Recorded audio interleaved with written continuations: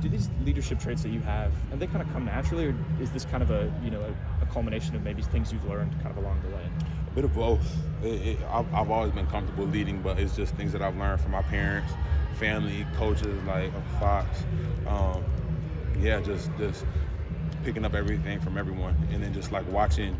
I'm a big Steelers fan, so just watching Steelers football, and also in the AFC North that's when I was growing up with Ray Lewis. He was a big leader, so just watching him and leaders like that. Joe Polamalu was a great leader.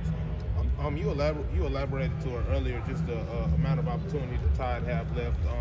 Can you just speak about what the message for the team will be in the final quarter of the season? You know, y'all got 4 games remaining left. Don't have to tell you, you pretty much know Martin and Aaron is small. So what is the message just around the building? Or what's the message been over the bye week pretty much? Place the standard has been the same message from the beginning. Like we can't be worried about the circumstance that we're in. We can't change that. What we can change is how we go forward and how we go 1-0, how we continue to play to the standard, how in our mind, like it's a 1-game season. It's a 1-game season. We have to take advantage and win every game. That's our mindset.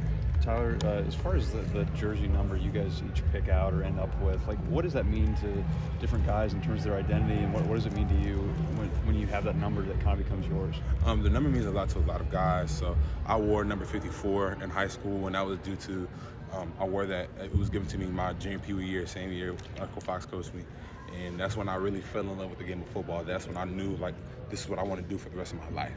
So that number always stuck to me. And when I got here as a freshman, I was able to wear 54 in the spring, but Tyler Steen came over and he wore 54. So they gave that number to Steen, so I picked 52, and I love that number just because it represented like the new era of me, like the college version. Thanks.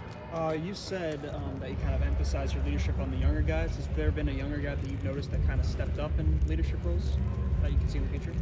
Caden for sure. It's hard to see him as a young guy because he started. He's been starting since last year, but I see him like he lets me lead, but I see those leadership traits and qualities in him, and I always encourage him to lead because he's gonna one day he will be the guy, and I just want him to be prepared for that. And he definitely has those qualities and traits, and he knows what's right, he knows what's wrong, and I'm just very excited to see him continue to step into that role. What do you remember about the atmosphere of Tiger Stadium, just having been there before? Oh man, it was super loud. It was raucous. It was very loud, and it was a great stadium. That's like stadiums like that are why you come play in SEC.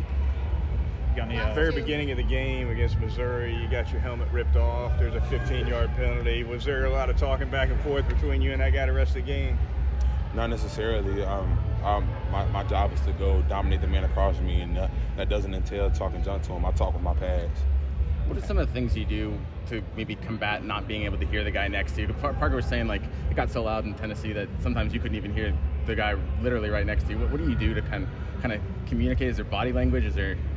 You just get super close, and just some hand signs that you develop through the week, like just in case of emergency, like stuff we joke about at dinner, what actually comes in handy during the game. So and that's all about chemistry. It's all about knowing the person that you're playing next to. That's all about having that bond, that love for one another. Like you're gonna be able to pick up on little things and understand what they mean, even if you can't talk verbally. Thank you. Thanks. Thanks. Y'all have a good one.